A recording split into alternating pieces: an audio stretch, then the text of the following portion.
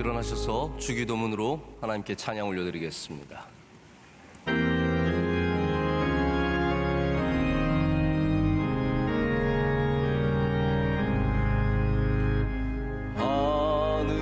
하늘에 계신 아버지 이름 거룩하사 주님 나라 임하시고 뜻이 이루어지이다. 일용할 양식 주시고 우리들의 큰 죄 다 용서하옵시며 또 시험에 들게 마시고 악에서 구원하소서.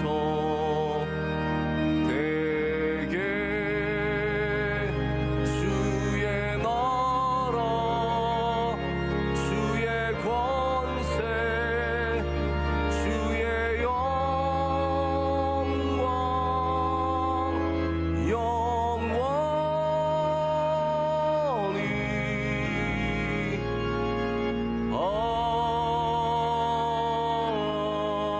아멘.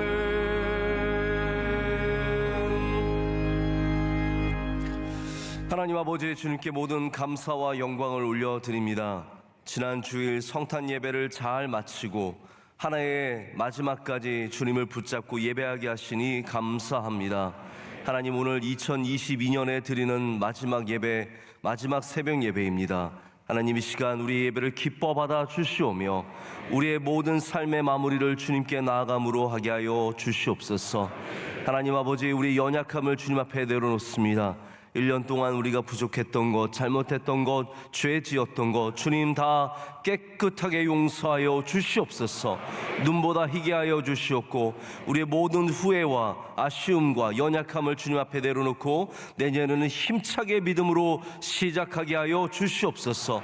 내년을 믿음으로 준비하게 하여 주시옵소서.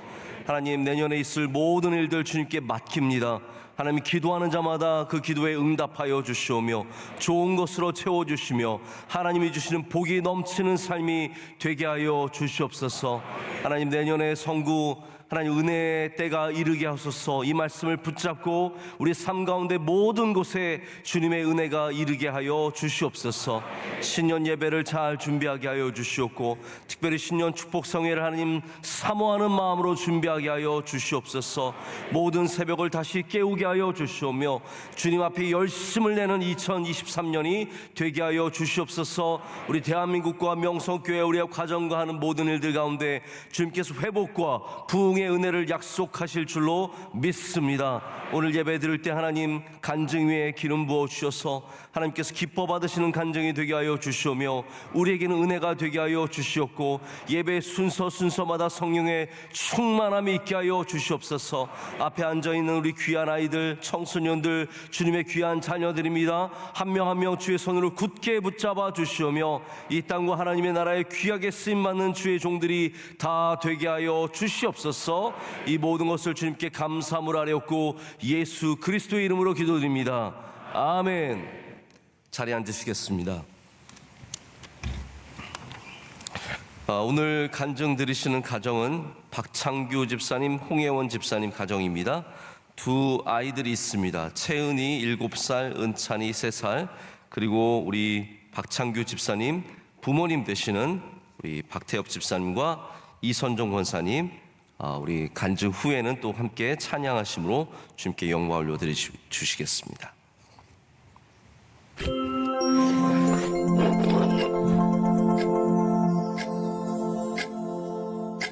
안녕하세요. 해외 선교부를 섬기고 있는 박창규, 홍예원 집사 가정입니다.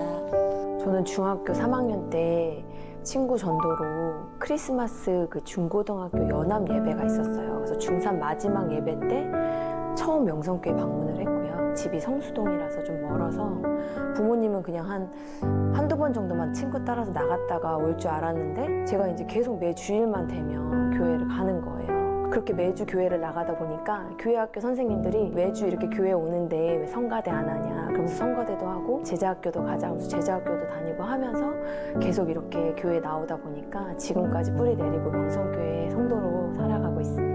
어머니가 저를 이제 업고서 이제 교회를 출석하시면서 모태신앙처럼 이제 신앙의 환경이 이렇게 갖춰졌던 것 같아요. 그러다 보니까 신앙에 있어서의 그런 중요한 부분을 자꾸 이렇게 많이 잊어버린 순간들이 왔던 것 같아요. 근데 하나님께서 저를 이제 군대와 해외에서 직장 생활을 이제 하게 이제 해주셨는데 두 가지 경험 다 제가 교회와 이제 예배에 있어서의 되게 중요성을 많이 깨닫게 된 이제 기간이었던 것 같습니다. 요즘에도 제가 어떤 신앙의 나태함이나 좀 그런 게으른 모습들이 이제 보여질 때는 그 당시를 생각해보면서 마음을 다시 잡고 이 환경과 또 예배 자리를 허락해 주신 하나님께 감사하는 시간들을 다시 가지려고 하고 있습니다. 청년대학교 지내는데 원로 목사님이 항상 그 말씀을 하셨어요. 청년 때 꼭 선교를 가라고. 그때 이제 당시에 선교부에 지원을 했을 때 파키스탄이라는 나라가 지정이 됐어요. 선교사님이 오기 전에 중보자들을 세우고 기도를 많이 하고 와야 한다. 선교지는 때문에 영적 싸움이 있는 곳이기 때문에 영적으로 준비를 하게 됐거든요.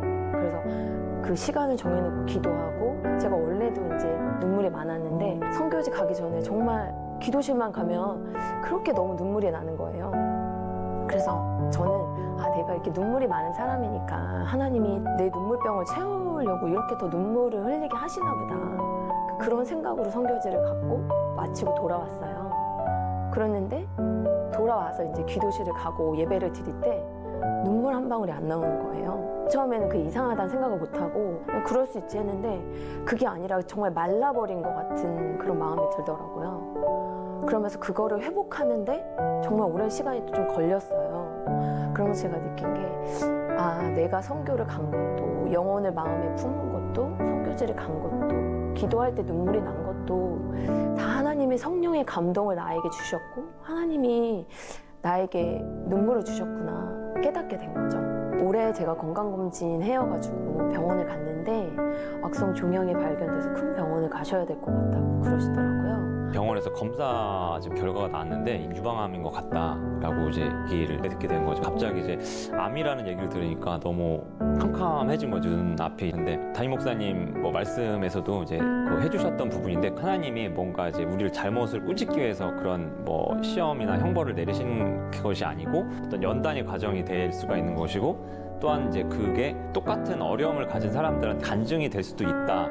이게 정말 절망과 시험과 죄에 대한 정죄라기보다는 어떻게 보면 이제 감사의 기도 제목으로 저에게 주셨던 것이 아닌가라는 생각을 좀 하게 되었고요. 삶을 좀 되돌아보고 그랬는데 제가 드는 생각이 하나님 앞에 받은 은혜가 너무 많고 감사한 게 많은데 내가 하나님 앞에 드린 게 없는 것 같더라고요. 그러면서 제가 그 청년 때 선교 갔다 온 생각이 나는 거예요. 그래서 이준재 선교사님이 청년 때 꼭 노방전도도 해보고 그 마음을 잃지 말라고 말씀을 해주셨어가지고 청년 때 노방전도를 다녔던 생각이 나더라고요. 그래가지고 병원에 가야 되는데 갑자기 딱 마음에 혹시 가서 전도할 사람을 만날 수도 있으니까 주보랑 밝은 소리를 가져가자. 하나님 만약에 내게 기회를 주신다면 전도할 수 있는 사람을 만나게 해달라. 그래서 만나면 예수님 전하고 싶어서 들고 다니게 됐어요. 너무 감사하게 유방암 연기 판정을 받아서 건강하게 잘 치료받고 있고 정말 주변에서 많이 기도해 주셔서 건강하게 회복하고 있습니다. 네, 제 신앙의 키워드는 믿음의 경주입니다. 단거리 이제 선수와는 다르게 이제 마라톤이라는 거는 이제 긴 거리를 꾸준히 뛰어가야 되는 이제 경주자인 건데 예배가 되었든 기도가 되었든 가정 예배가 되었든 이런 것들이 이제 비록 지금 잠깐 끊어지거나 잠깐 멈춰질 수는 있더라도 꾸준하게 신앙의 습관들을 계속 이어나갈 수 있는 그런 믿음의 경주를 하는 저희 가족이 되기를 소망하고 있습니다.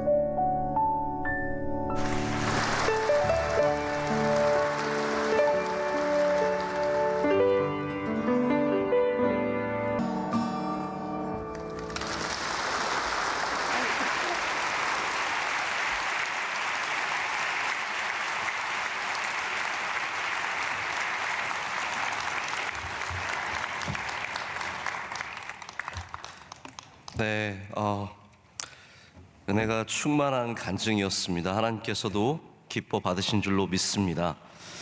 오늘 우리가 함께 읽으실 본문은 사무엘하 15장입니다. 사무엘하 15장 13절에서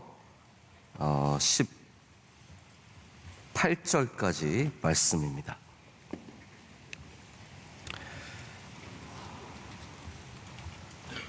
사무엘하 15장 13절에서 18절까지의 말씀, 우리 한 절씩 교독하시면서 읽으시고 18절 말씀은 다 함께 읽겠습니다. 전령이 다윗에게 와서 말하되 이스라엘의 인심이 다 압살롬에게로 돌아갔나이다 한지라.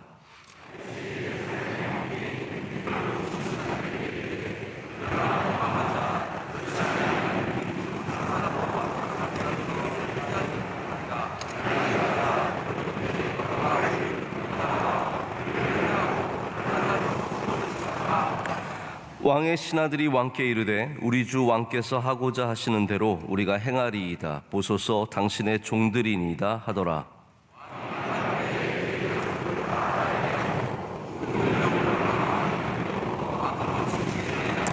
왕이 나가매 모든 백성이 다 따라서 벳메르하게 이르러 멈추어 서니 그의 모든 신하들이 그의 곁으로 지나가고 모든 그렛 사람과 모든 블렛 사람과 및 왕을 따라 가드에서 온 모든 가드 사람 600명이 왕 앞으로 행진하니라. 아멘. 하나님의 말씀입니다. 오늘 내려갈 때 집중해야 합니다라는 제목으로 하나님의 말씀 나누겠습니다. 먼저 간증 통해서 우리 모두가 참 마음에 큰 감동이 있었습니다. 이렇게 선교 다녀온 청년들이 또 귀한 가정을 이루고 믿음의 대를 이어가고 어려움 중에도 믿음을 지키는 것, 이것이 참 모두에게 도전이 되고 은혜가 되었습니다. 하나님께서 기뻐 받으신 줄로 믿습니다. 우리가 길을 걸을 때 다 집중해서 걸어야 합니다. 이렇게 정신을 다른 곳에 팔고 있다 보면 어떻게 가는지도 모르고 또 밑에 있는 돌부리에 걸려 넘어지고 또 열려있는 맨홀에 빠지고 또 다른 위험한 요소들이 참 많다는 것을 잘 알고 있습니다. 그런데 특별히 우리 인생의 내리막길을 만나고 내려가는 길, 어려운 길을 만나면 더욱더 집중해야 합니다. 지금부터 이제 다윗이 하는 일들을 보면 다윗이 내리막길에서 아주 집중하는 사람임을 우리가 발견할 수 있습니다. 오늘 말씀 가운데 다윗이 얼마나 빨리 사태를 깨닫고 그리고 자신의 다른 생각하지 않고 바로 먼저 빨리 몸을 피하는 것을 보게 됩니다. 제가 얼마 전 낮예배 때 다윗이 얼마나 자기 존재 인식에 뛰어난 사람이었는지를 설명드린 적이 있습니다. 그 말씀에 보면 흔들리는 담 같다라고 자기를 표현하지 않습니까? 이게 자기 존재 인식이라고 말씀을 드렸는데 다윗은 자신의 연약함을 굉장히 잘 알고 있는 사람이었습니다. 그렇기 때문에 이것이 상황 판단이죠. 나의 상황을 어떤지 명확하게 판단하고 거기에서 출발하는 겁니다. 그래서 자신을 아는 것을 신앙이라고 하죠.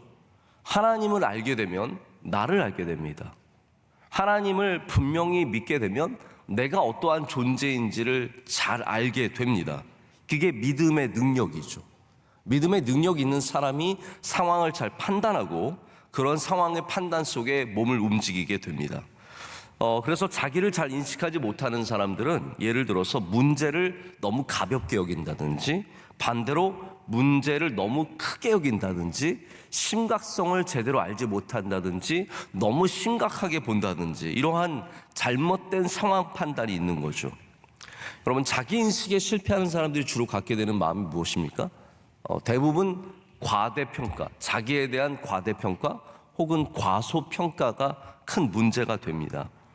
과대평가에 있어서 여러분 가장 조심해야 되고 경계해야 하는 것이 뭐냐면 감이라는 마음이에요. 감히. 자기를 과대평가하게 되면 네가 감히? 너가 감히? 라는 감이라는 마음이 생깁니다. 너가 감히 나에게 라는 마음이 생기면 이 내리막길에서 첫 발걸음을 잘못 내딛게 됩니다. 저도 하나님 앞에서 가장 경계하는 마음이 감히의 마음입니다. 나에게 감히, 내가 하는데 감히, 네가 감히, 이런 생각은 하나님의 종들이 뭐 이게 꼭 목회자라는 종의 의미가 아니라 우리 모든 하나님이 부르시는 종들은 반드시 경계하는 마음입니다. 할렐루야. 감이라는 마음, 이거 여러분 항상 물리치셔야 합니다. 네가 감히, 나한테 감히, 이런 거는 하나님이 기뻐하시는 마음이 아닙니다. 만약에 다윗이 압살롬에게 네가 나한테 감히, 이런 마음을 먹었다면 예루살렘은 피바다가 됐습니다. 네가 나한테 감히, 이스라엘의 상황이 절대로 평화롭게 이 일이 끝나는 것을 보지 못했을 것입니다. 다윗이 여러분 압살롬이랑 싸우면 졌을까요? 저는 꼭 그렇게 생각하지 않습니다. 다윗이 여기 빨리 피하는 모습을 보면서 야, 피해서 살았구나? 물론 이제 결과적으로는 맞습니다. 하지만 다윗이 정말 원해서 압살롬이랑 전쟁을 벌였다면 여러분 하나님께서 다윗 도와주셨을 것이고 다윗이 분명히 이겼을 겁니다. 그렇게 생각 안 해보셨어요? 여러분 생각 아예 안 하시죠? 이제 성경 그래 뭐 이렇게 했으니까 이렇게 됐겠지. 근데 제가 생각을 해보면 만약에 이 상황에서 다윗이 야, 압살롬 네가 감히? 라는 생각을 갖고 예루살렘에서 군대를 모으고 다윗의 편에 있는 사람들을 모아서 싸웠다면 다윗이 차차 승리해서 마침내 이겼을 것입니다. 하지만 이스라엘은 수없는 피를 보았을 것이고 동족 간에 상상할 수 없는 길고 힘들고 어려운 전쟁을 치러야 했을 것입니다. 근데 다윗은 상황 판단을 빨리 했습니다. 그럼 우리가 누구를 대하든지 감이라는 생각을 내려놔야 합니다. 그리고 빨리 하나님께 주시는, 우리에게 주시는 마음을 빨리 품고 그 방향으로 가야 합니다. 자, 여기 반대점에 서 있는 것이 과소평가입니다. 과소평가는 네가 감히가 아니라 내가 감히예요. 제가 감히. 근데 여러분 이거 굉장히 오해가 있을 수 있습니다. 사람들이 겸손과 과소평가를 헷갈릴 때가 많은 것 같아요. 겸손은 자신에 대한 과소평가가 아니라 하나님 앞에서의 자세입니다. 다시 말씀드릴게요. 이거를 바로 가지셔야 돼요. 자기를 과소평가하는 것이 아니라 하나님 앞에서 어떠한 자세를 갖느냐라는 거예요. 제가 한번 예를 들어볼게요. 세계 랭킹 1위의 선수가 있다고 쳐볼게요. 세계 랭킹 1위에 뭐 테니스 선수든지 골프 선수든지 선수가 있다고 쳐볼게요. 그 선수가 저 잘 못해요. 이게 여러분 겸손입니까? 저는 그거 겸손이라고 생각하지 않아요. 오버하는 거예요. 세계 랭킹 선수가 저 잘 못해요. 그러면 안 돼요. 그거는 잘하는 선수고 최고의 선수인데 저 잘 못해요. 물론 부족한 부분이 있겠죠. 하지만 그건 오버하는 겁니다. 그래서 우리나라 분들은 운동할 때 보면은 제대로 자기가 어떠한 수준인지를 말하는 분들이 별로 없어요. 탁구 어느 정도 치세요? 저 잘 못 쳐요. 치고 나면은 막 너무너무 잘 치는 거예요. 또 어떤 분들은 탁구 어느 정도 치세요? 제가 동네에서 좀 했죠. 쳐보면 순 뻥이에요, 뻥. 그러니까 제가 보면 운동할 때 보면 과대평가 아니면 과소평가가 대부분이에요. 자기를 솔직하게 말하는 사람은 별로 없더라고요. 어쩌면 이게 자기 인식의 실패가 모든 부분에서 우리가 그런 정도 있는 것 같아요. 여러분 탁구 저 어느 정도 칩니다. 저 한 10년 쳤는데 요즘 많이 안 쳐서 제가 좀 부족해요. 이런 정확한 인포메이션이 있어야 하는데 다들 뭐 잘 친다 아니면 못 친다 해요. 명확한 게 없어요. 근데 왜 그렇습니까, 여러분? 사람들이 대부분 그게 어떻게 보면 겸손이라고 생각하고 아니면 반대로 과대평가하는 이런 좀 양극단의 모습들이 우리에게 다 있기 때문이죠. 하지만 여러분 어떤 게 좋은 자세입니까? 세계 랭킹 1위지만 저는 하나님 앞에 부족한 인생입니다. 제가 운동은 잘하지만 하나님 앞에 저는 부족합니다. 제가 1등이지만 제 인생은 언제나 연약한 흔들리는 담입니다. 저는 하나님의 은혜 없이 살 수 없습니다. 이게 겸손이라는 거죠. 이게 가져야 하는 태도라는 거죠.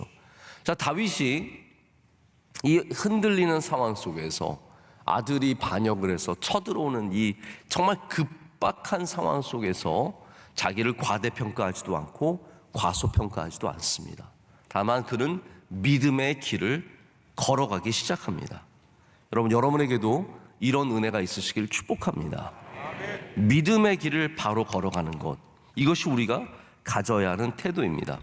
그래서 이 모든 인심이 압살롬에게 넘어갔을 때 다윗이 빨리 움직입니다. 자, 그래서 내리막길에서 우리에게 가장 필요한 첫 걸음 덕목이 무엇이냐? 그것은 뭐냐면 첫 걸음을 잘 떼는 것입니다. 자, 내리막길에서 가장 필요한 덕목은 첫 걸음을 잘 떼는 것. 왜냐하면 여러분, 내리막길에서 넘어지면요, 첫 걸음에 넘어지면 끝까지 굴러 내려가는 겁니다. 다윗은 이 급박한 상황 속에서 가장 나라와 자신에게 덕이 되는 결정을 내렸습니다. 그것이 무엇이었습니까? 빨리 도망가자입니다. 자, 보십시오. 여러분, 우리가 볼 때는 다윗이 도망간 것 같죠. 자, 이것이 두려움의 도망입니까? 물론 그럴 수도 있어요. 아들이 쳐들어와서 자기 죽일 것 같으니까 무서워서 도망간 것 같지만, 제가 볼 때 다윗의 모든 삶들을 봤을 때는 다윗이 무서워서 도망간 것이 아닙니다. 믿음으로 길을 걸어간 것 뿐입니다. 믿음으로. 여러분, 우리가 뛰어갈 때도, 걸어갈 때도, 전속력을 다해서 갈 때도, 천천히 갈 때도 우리가 항상 가져야 하는 태도는 믿음의 태도입니다. 여러분, 뛰어도 믿음으로 뛰시고, 피해도 믿음으로 피하시고, 도전해도 믿음으로 도전하시고, 믿음의 길을 항상 걸어가시길 축복합니다. 여러분, 우리의 삶 속에 피해야 할 때가 있는 거예요. 어려움이 닥쳐왔어요. 피해야 돼요. 근데 그거를 내가 피하면 자존심 상하기 때문에, 여러분, 다윗 보십시오. 아들이 도전하고 예루살렘에서 이게 왕으로 있었던 사람이 내려가는 게 쉬운 결정입니까? 그런데 이걸 얼마나 빨리 판단을 내립니까? 자존심, 내가 그래도 다윗인데 네가 감히, 이런 생각을 하지 않는다라는 거예요. 믿음의 생각뿐이에요. 여러분 마음속에 자존심, 나에 대한 대단한 생각, 내 위치, 내가 누리는 영광, 여러분 이런 거 하나님 앞에 우리는 다 내려놔야 합니다. 항상 믿음의 결정을 내리신 여러분 되시길 축복합니다. 여기 이제 말씀 13절을 한번 보실까요? 이렇게 시작이 됩니다. 우리 다 같이 함께 13절 읽겠습니다. 전령이 다윗에게 와서 말하되 이스라엘의 인심이 다 압살롬에게로 돌아갔나이다 한지라. 자, 여기 말씀을 보면 굉장히 중요한 여기가 이 한 절에 나와 있습니다. 몇 가지가 나와 있어요. 먼저는 전령이 이 소식을 전합니다. 누가 여러분 압살롬을 데리고 왔죠? 요압이라고 하는 사람이 압살롬이 예루살렘으로 돌아와서 예루살렘에서 다시 자리를 잡는 것을 다 도와줬습니다. 자, 그러면 이 소식을 누가 전해야 정상입니까? 다윗의 군대 장관인 요압이 모든 정보를 모아서 다윗에게 바로 전해야 되는 것이 정상이에요. 그런데 이 소식을 요압이 전한 것이 아니라 전령. 여러분, 전령은 뭐예요? 메신저예요. 그냥 소식을 전하는 사람에 지나지 않아요. 이 전령이 소식을 전하게 됩니다. 근데 다윗이 이것을 듣죠.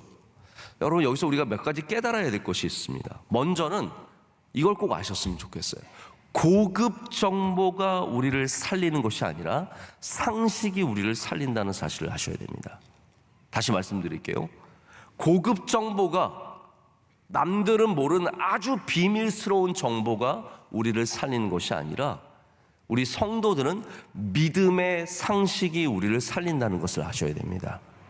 그래서 앞으로도 살 길을 찾으려면 높은 사람 만나서, 대단한 사람 만나서, 아주 돈 많은 사람, 이러한 정보를 갖고 있는 사람 만나서 살 생각하지 마시고 여러분 믿음의 상식으로 살아가시길 축복합니다. 그러면 승리할 수 있습니다.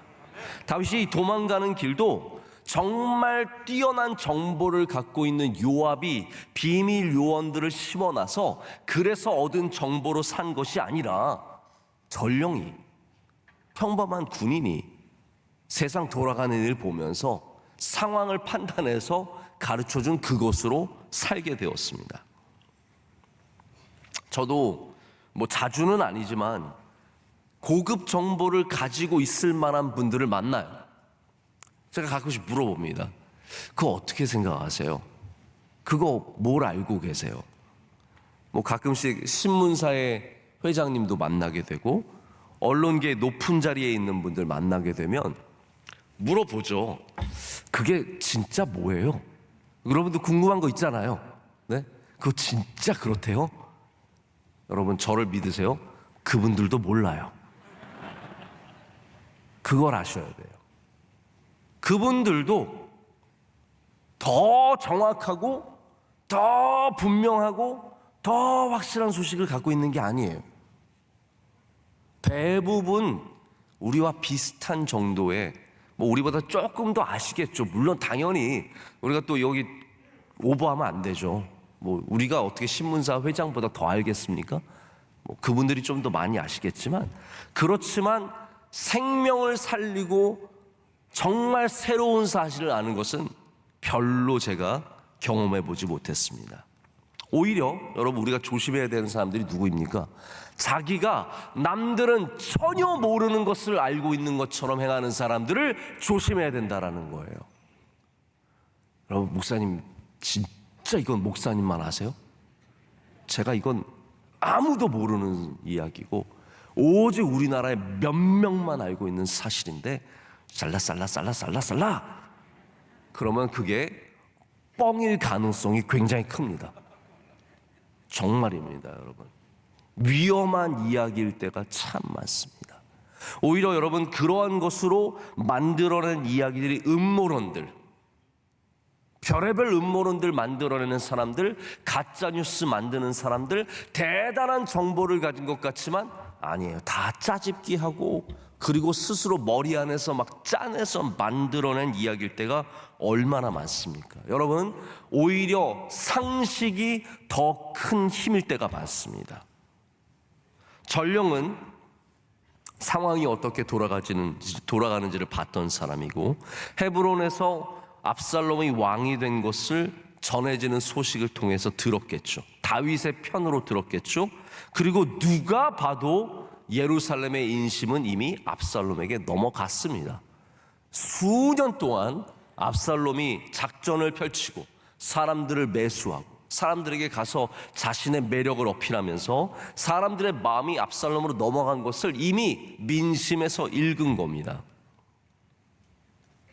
여러분 다시 말씀드립니다.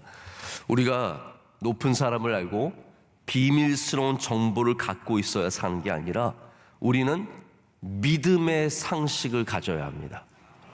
할렐루야. 자, 믿음이 건강한 사람들은, 제가 이거는 데이터로 말씀을 드릴게요. 제가 목회를 하면서 많은 분들을 만나고 우리 교인들도 수만 명의 사람들이 있지 않습니까? 제가 겪어보면서 느끼는 건 그거예요. 믿음이 건강한 사람은 상식도 건강해요. 할렐루야. 여러분 이거 굉장히 중요한 겁니다. 여러분의 믿음이, 하나님을 향한 믿음이 건강하시면 여러분이 갖고 있는 기본적인 정보가 건강하세요. 그래서 여러분이 신앙생활 건강하게 잘하시고 하나님 앞에 건강하게 예배를 지키고, 오늘 이렇게 토요일날 새벽 예배 나오신 분들만 해도 그래요. 여러분이 건강한 믿음 생활을 하고 있으면 여러분의 상식은 굉장히 건강한 거예요. 할렐루야. 건강한 거예요.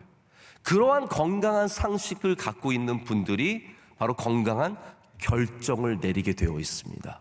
그래서 여러분 너무 이상한 데 따라다니고 이상한 거 좋아하고 이런 분들은 상식적인 어떠한 믿음의 상식에도 문제가 생길 수밖에 없어요. 그래서 가장 좋은 신앙생활은 뭐냐? 어디 뭐 유명한 뭐 집회 가서 그런 데 따라다니고 정치인 집회 따라다니고 그런 게 아니라 여러분 교회에서 믿음 생활 잘 하시는 것. 할렐루야. 이게 건강한 상식을 만들어내고 건강한 기도를 하는 사람, 여러분 꼭 기도를 해도 건강한 기도를 하시길 축복합니다. 건강한 기도와 건강한 하나님과의 교제 속에 있는 사람들이 가장 좋은 결정들을 내릴 수 있는 베이스를 갖게 된다는 거예요. 믿으시면, 건강한 믿음을 가지면 건강한 상식을 갖게 될 줄로 믿습니다. 자, 감사한 것은 또한 다윗이 그 소식을 듣고 그 이야기를 듣고 주저하지 않았다는 거예요. 전령 따위가, 야, 전령이 이거 일반 전령의 얘기 듣고 내가 결정해도 될까? 빨리 우리 안보위원회 모여라, 소집해라, 뭐 사람들을 모아서 그 다음에 회의를 하고 며칠 동안 이러지 않고 바로 자신의 사람들에게 도망가자라고 합니다. 자, 피하자. 여러분, 왕이 이걸 멋지게 말할 수 있는 방법이 굉장히 많습니다. 자, 우리가 지금 약간 수적으로 열세고 상황이 좋지 않고 그러니까 지금은 잠시 몸을 피하자. 그리고 나중에 하나님이 은혜 주셔서 다시 언제든지 돌아올 수 있으니까 지금은 우리 잠시 피하는 것이 좋겠습니다. 이렇게 얘기하지 않았습니다. 도망가자! 여러분 보세요. 다윗의 얘기가 뭐예요? 다윗이, 야, 우리 빨리 도망가자. 몸을 빨리 피하자. 이게 진짜 리더십이에요.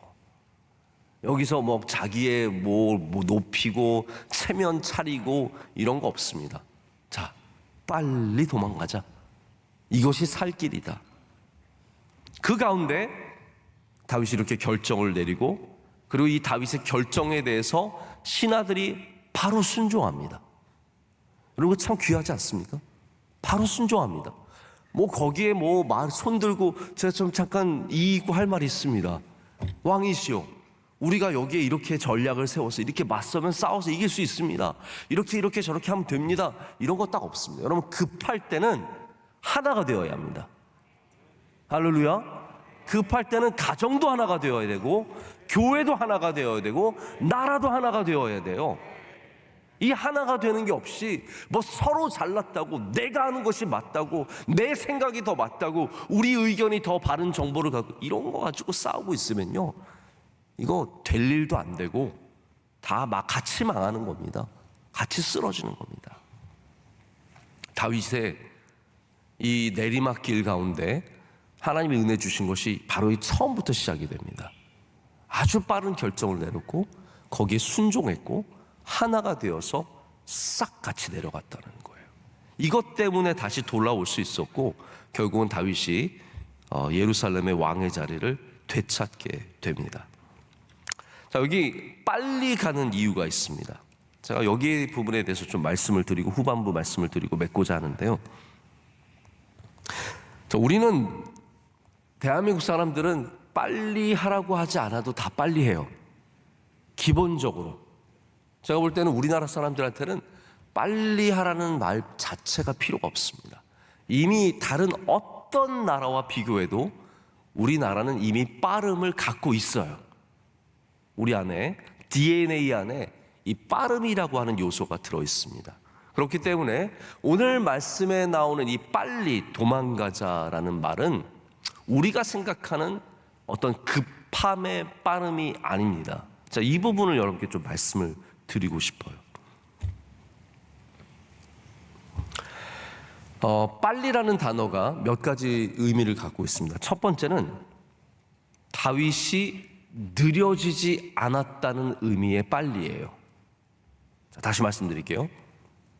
다윗이 나이가 먹고 왕위에 오래 있었고 권력의 맛을 봤고 부의 맛을 봤지만 그가 결코 느려지지 않았다라는 의미의 빨리입니다. 여러분에게도 이런 은혜가 있으시길 축복합니다. 우리가 여유를 가질 수도 있고 삶에 좀 슬로우 다운 한다는 의미에서 조금 더 속도를 늦출 수 있습니다. 하지만 우리가 영적으로 평생에 느려져서는 안 됩니다. 다시 말씀드리자면 게을러져서도 안 되고 교만해져서도 안 됩니다. 다윗은 이 빠름을 평생에 붙잡고 있었습니다. 그래서 아들이 반란을 해서 쿠데타를 일으켜 쳐들어올 때도 그가 결코 느리지 않게 달려갈 수 있었습니다. 여러분, 평생의 여러분의 믿음의 경주를 달려가시길 축복합니다. 많은 분들이 이 결승점이 다가오면 느려져요. 속도를 늦춥니다. 이제는 나는 요 정도 한 300m 지났으니까 마지막 100m는 천천히 가야지. 천천히 가야지. 느려져야지. 그러다가 정말로 영적으로 가져야 하는 이 빠름을 완전히 잃어버리는 분들이 있습니다.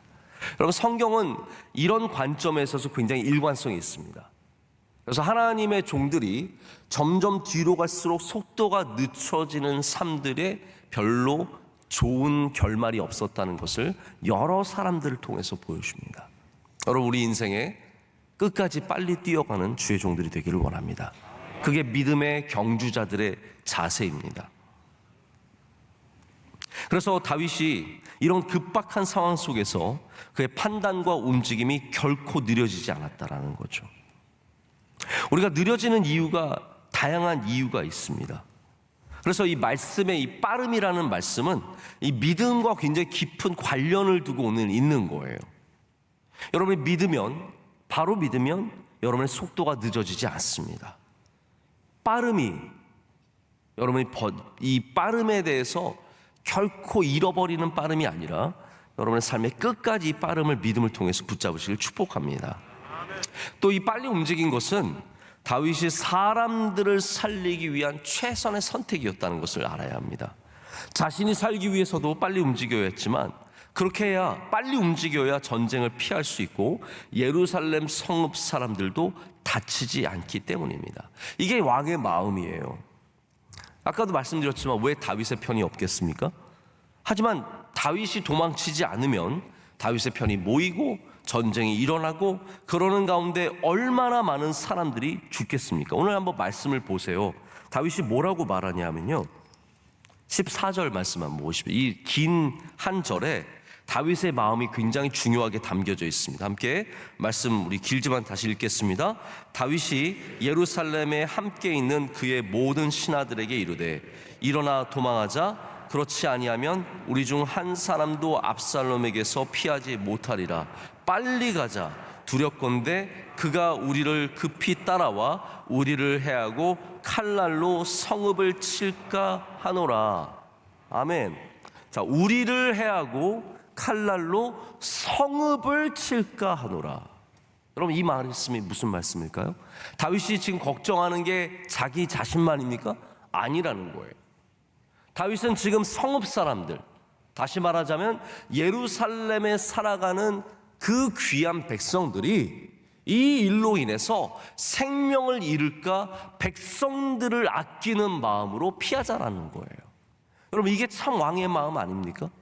압살롬은 수백 명의, 수천 명, 수만 명의 백성들이 죽어도 아무 상관 안 하고 구테타를 일으키지만 왕은 다른 거예요. 여러분, 그래서 왕이 되고자 하는 사람의 마음과 왕의 마음은 다른 겁니다. 진짜 왕의 마음은 백성을 사랑하는 마음이에요. 그래서 백성이 죽을까 봐, 내가 죽는 것도 문제죠. 우리를 해야 하는 것도 문제지만 다윗의 마음은 성읍에 백성들이 죽을까 봐, 사람들이 이 전쟁에 이 collateral damage라고 하죠. 양쪽에서 다 있는 피해, 이 피해를 피하고자 빨리 도망가자라고 한다는 것이죠. 여러분, 이 생각을 해보세요. 예루살렘은 거룩한 시온입니다. 할렐루야. 예루살렘은 시온이에요. 왜 예루살렘이 중요합니까? 예루살렘이 뭐 전략적으로 중요한 위치입니까? 이스라엘을 보면 예루살렘이 꼭 전략적으로 중요한 위치도 아니에요. 예루살렘이 진짜로 중요한 이유는 하나님의 성막이 그곳에 있고 언약궤가 그곳에 있기 때문입니다. 다윗은 언약궤를 가져와서 하나님의 성막을 온전히 지었고, 그리고 나중에는 솔로몬이 성전을 지을 것을 준비해서 모든 것을 준비한 왕이에요. 하나님의 성막이 있는 곳에서 하나님의 자녀들끼리 싸워서 피를 흘리는 것, 다윗은 그것을 싫어했던 겁니다. 부끄러워했던 거예요. 하나님이 계신 그곳에서 하나님의 자녀들이 싸우고 서로 죽이고 피를 흘리는 이 일이 여러분 하나님 앞에 얼마나 부끄러운 일이겠습니까? 다윗은 왕이고 다윗은 하나님의 종으로서 그것을 경계했습니다. 여러분 그래서 하나님의 백성, 진짜 하나님 앞에서 건강한 믿음을 가진 사람들은 하나님의 성전에서 싸우지 말아야 합니다. 할렐루야. 여러분 이건 믿음의 이야기예요. 뭐 싸우는 사람들은 아무 상관도 안 하고 싸우겠지만 여러분 우리는 절대로 하나님의 성전을 싸우는 곳이 되지 않게 경계해야 합니다. 여러분 이 믿음 꼭 지켜주시길 부탁드립니다. 원로 목사님 계실 때만이 아니라 뭐 제가 섬길 때만이 아니라 우리 명성교회의 재단은 하나님 앞에서 싸우지 않는 재단이 되기를 원합니다. 평생에 여러분 이 교회를 평화롭게 지켜주시고 하나님이 기뻐 받으시는 재단으로 만들어 주시길 부탁드립니다. 이게 지금 우리가 지금 아멘해도 이게 지키는 게 쉬운 게 아니죠. 하나님을 경외하는 사람은 하나님 앞에서 인간적인 싸움하지 않습니다. 여러분 한국 교회가 이렇게 싸우는 거 여러분 하나님 절대로 기뻐하지 않으십니다. 콩가루 집안은요, 여러분 콩가루 집안 아시죠? 콩가루 집안은 아버지 앞에서 자녀들이 싸웁니다. 명절에 아버지, 어머니 다 계신데 자녀들끼리 대판 싸웁니다. 지금 웃지 못하시는 이유가 다 그런 경험이 있어 보신 것 같아요. 대판 싸웁니다. 이놈의 자식아, 이 자식 네가 나한테 해준 게 뭐가 있어? 자녀들끼리 싸우면 옛날 얘기 다 나옵니다. 그때 형이, 그때 누나가, 그때 네가 다 나와서 막 싸우고 소리를 높이고 감정 표현 다 합니다. 삐지면 삐진 대로 표현 다 하고 화나면 화난 대로 다 표현 다 하고 결국 멱살 잡고 싸우고 막 업어치기 하고 막 목조르기 들어가고 다리 꺾고 막 난리나 레슬링 합니다. 여러분 다윗은 차마 하나님 앞에서 아들과 싸우는 일을 피하는 겁니다. 여러분 여러분의 가정에도 평안에 있으시길 축복합니다. 아버지 앞에서 싸움을 피해야 합니다. 콩가루 집안 되는 건 막아야죠. 다윗은 지금 하나님 앞에서 이 일들을 피하고 있습니다. 그래서 제가 결론을 내리자면 다윗의 내리막길은 결코 도망치는 내리막길이 아니라 믿음의 길입니다. 그는 믿음의 길을 택했습니다. 이길 수 있었지만 피하는 길을 택했고 싸울 수 있었지만 피를 흘리지 않기 위해서 믿음의 택합니다. 여러분 우리가 힘에 밀려서 만약에 우리가 많이 양보를 해서 100번 양보해서 도망치는 거라고 해도 하나님을 믿는 믿음으로 걸어가면 하나님께서 건져주실 수 있으십니다. 우리가 믿음의 내리막길을 선택하면 하나님께서 절대로 우리를 버리지 아니하시고 우리를 건져주실 줄로 믿습니다. 그래서 피할 때 내가 이번에 피하면 나는 끝이구나, 내가 이번에 양보하면 나는 절대로 돌아올 수 없구나. 여러분 그렇지 않습니다. 믿음의 길을 걸어가시면 돌아올 수 있습니다. 믿음의 길을 걸어가시면 하나님께서 세워주십니다. 그렇기 때문에 우리는 어떠한 길을 걸어도 믿음의 길을 걸어야 합니다. 오늘 제목이 내리막길에 집중해야 합니다입니다. 다윗은 내리막길에 집중했습니다. 뭐에 집중했습니까? 상황에 집중했습니까? 물론 상황도 살폈죠. 그런데 다윗이 정말로 집중한 것은 하나님입니다. 그가 광야의 삶 속에서도 하나님께 집중했고 그가 지금 또 내려가는 길에도 하나님께 집중했기 때문에 그는 결코 내리막길이지만 내리막길을 걷지 않았습니다. 어려움들이 있었지만 그것은 순간적인 어려움이었을 뿐입니다. 자, 우리의 삶 가운데도 제가 바라기는 여러분 가운데 내리막길이 없기를 축복합니다. 그러나 만약에 우리가 그러한 길을 걸어야 할 때가 온다면 여러분 담대하게 걸어가시길 축복합니다.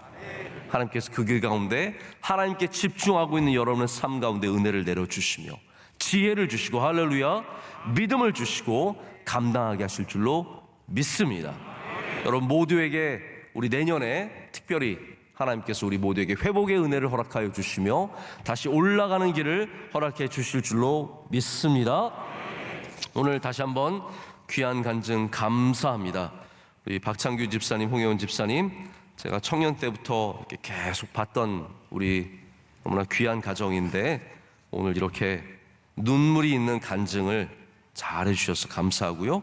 우리 채은이와 은찬이 잘 자라고 있어서 감사하고, 또 우리 교회 오랫동안 수십 년 동안 섬겨주셨던 우리 박태엽 집사님과 이선정 권사님, 이렇게 귀한 찬양으로 함께 은혜 나눠주셔서 감사합니다. 하나님께서 영광 받으신 줄로 믿습니다. 우리 박수로 축복하겠습니다. 감사합니다. 감사합니다. 감사합니다.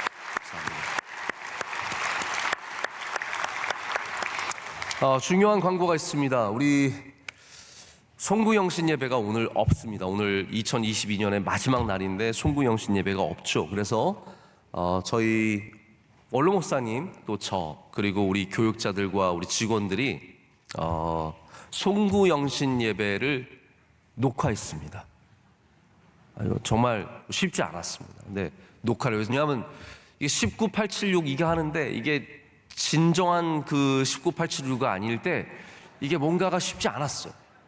하지만 어쨌든 저희가 여러분이 송구영신 예배를 잘 드릴 수 있도록 준비를 했습니다. 그래서 가장 좋은 거는 물론 여러분들이 11시 40분부터 예배를 함께 라이브로 드려주시면 제일 좋겠지만 저희가 그러기 힘드실 것 같아서 저희가 방송을 계속 하겠습니다. 이거 올려놓는 게 아니라 실시간 방송으로 들으셔야 돼요. 그래서 오늘 저녁, 내일 일부 예배 나오시는 분들은 오늘 일부 송구영신 예배를 드리시면 됩니다. 일부 송구영신 예배는 저녁 8시 40분에 시작합니다. 그래서 남들보다 약 한 3시간 정도 일찍 새해를 맞게 되십니다. 그래서 일부 예배를 들으실 분들은 저녁 8시 40분에 접속하셔서 유튜브로 같이 송구영신 예배 들으시고요. 2부는 저녁 9시 40분에, 3부는 저녁 10시 40분에, 그리고 진짜 송구영신 예배는 11시 40분에 시작이 됩니다. 그래서 찬양하시고 원로 목사님 말씀 전해주시고, 그리고 저희가 타종하고, 제가 그리고 또 새해 말씀 전하고, 또 기도 받고, 그리고 말씀을 맺습니다. 여러분께서 송구영신 예배 오늘 저녁에 가족들과 함께 들으시면서 한 해를 잘 마무리. 여러분 이거 참 여러분 위해서 하는 거예요. 이거 제가 저를 위해서라면 이거 안 합니다. 뭐하러 저희가 이걸 해서 준비 힘들게 하겠습니까? 근데 여러분 그래도 믿음으로 잘 마치시라고 저희가 예배를 준비했으니까 드려주시길 바라고요. 자, 다른 교회들 가운데 말씀 뽑기 하는 교회들이 있어요. 저도 미국에 가니까 제가 교회를 갔더니 송구영신 예배 드리면서 말씀 뽑더라고요. 재미있어요. 재미가 있는데 저희 교회는 말씀 뽑기를 하진 않습니다. 대신에 우리 교회에 주시는 말씀이 있습니다. 우리 교회에 주시는 말씀. 그래서 올해 주신 말씀에 이어서 내년에 주신 말씀은 주제가 그래서 은혜의 때가 이르게 하소서입니다. 우리 한번 다 같이 해볼까요? 은혜의 때가 이르게 하소서. 그래서 이사야의 말씀을 통해서 저희가 은혜의 때를 사모하고 회복의 때를 사모하고 또 주님이 주시는 은혜를 사모하는 한 해가 되기를 소망합니다. 그래서 우리 교회에 주신 말씀이지만 나에게 주신 말씀으로 함께 받으셔서 2023년에 은혜를 사모하시고 기도하시고 우리 주님 앞에 큰 은혜 받는 한 해가 될 줄로 믿습니다. 오늘 또 앞에 앉아있는 우리 학생들 50여 분 동안 또 수고가 많았습니다. 감사합니다. 박수로 축복하겠습니다. 감사합니다.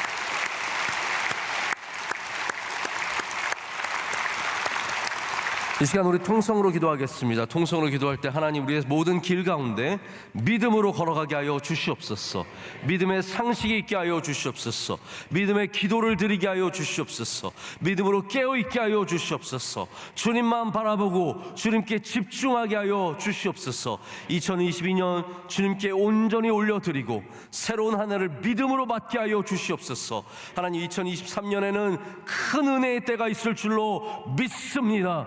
은혜의 때가 이르게 하여 주시옵소서. 우리 두 손 들고 주여 삼창하고 기도하겠습니다.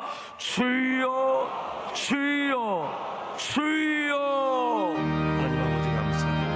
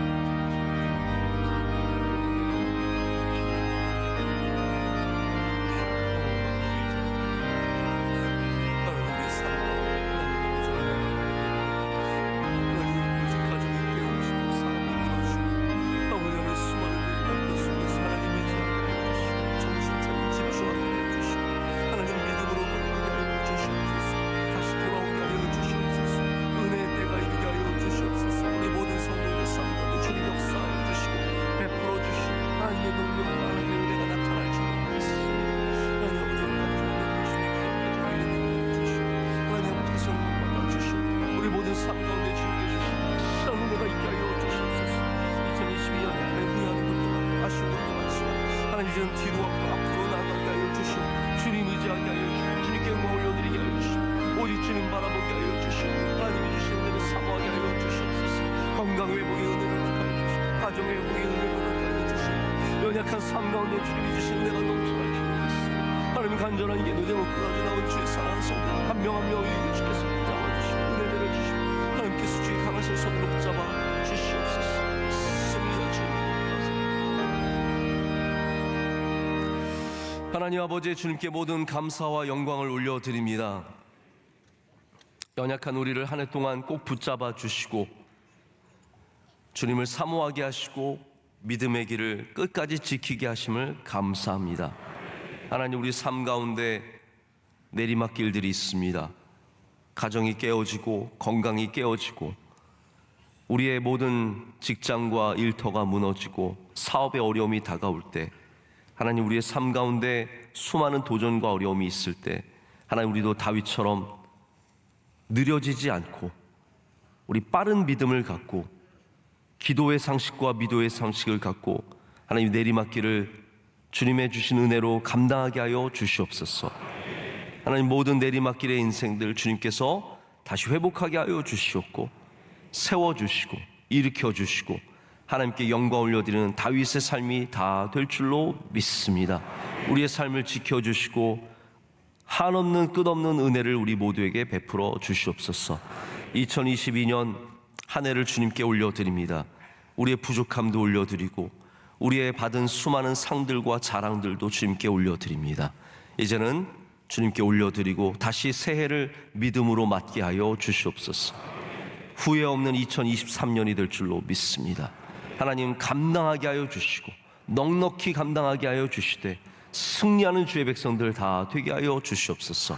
갖고 있는 기도의 제목들, 가정을 향한, 건강을 향한, 우리의 사업과 어려움을 향한 기도의 제목들 다 들어주시고 주님께서 승리하게 하실 줄로 믿습니다. 믿음으로 승리하게 하여 주시옵소서. 끝까지 기도하게 하여 주시고 믿음의 경주를 놓지 않도록 주님께서 우리를 끝까지 붙잡아 주시옵소서. 대한민국 위에 은혜 내려주셔서 하나 되게 하여 주시오며 이 어려움의 때에 다시 일어설 수 있도록 주님께서 대통령과 위정자들에게 지혜와 명철을 허락하여 주시오며 우리 국민들은 하나님 하나 될 수 있도록 우리를 주장하여 주시옵소서. 하나님, 한국교회가 하나 되게 하여 주시옵소서. 하나님 앞에서 다투지 않게 하여 주시오며 하나님 주신 귀한 성전을 지키고 믿음을 지키며 하나님 이 어려운 세대에 다시 부흥을 일으킬 수 있도록 주여 우리나라 교회 위에 은혜 내려 주시옵소서. 명성교회 위에 함께하여 주시옵소서.